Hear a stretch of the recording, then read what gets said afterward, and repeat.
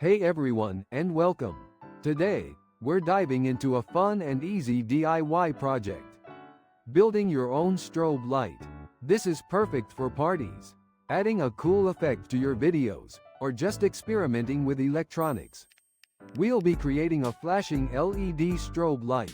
And the best part is, it's super simple to build, even if you're a beginner. Let's get started. First, let's talk about the components you'll need. You can create this strobe light using a 555 timer IC or a simple transistor circuit. For either method, you'll need a few essential parts. These include a breadboard, some jumper wires, a 9-volt battery, and a 9-volt battery clip. You'll also need an LED. I recommend using a bright white LED for the best strobe effect.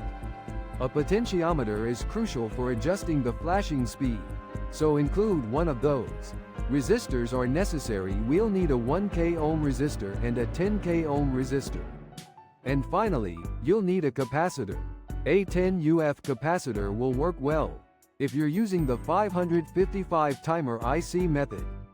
You'll also need the 555 timer IC itself, and the LED, of course. Let's start with the 555 timer IC method. The 555 timer is a versatile chip that can be used to create all sorts of circuits, including this one. Here's how you can wire it up on a breadboard.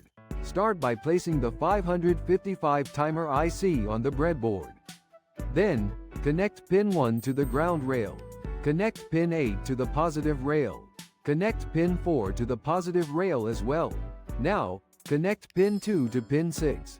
Next, connect the 10K ohm resistor between pin 7 and the positive rail. Connect the potentiometer between pin 7 and the positive rail. Connect the 1K ohm resistor between pin 8 and pin 7. Connect the capacitor between pin 2 and ground. Finally, connect the LED and a current limiting resistor to the output, which is pin 3. Your LED should start flashing. Adjust the potentiometer to change the flashing speed. It's that simple. If you prefer a simpler approach, you can create the strobe light using a transistor circuit. This method is even easier to build. You'll need a transistor, a resistor, an LED, and a few other components. Connect the base of the transistor to a resistor and then to the positive rail. Connect the LED and a current limiting resistor to the collector. The emitter goes to the ground.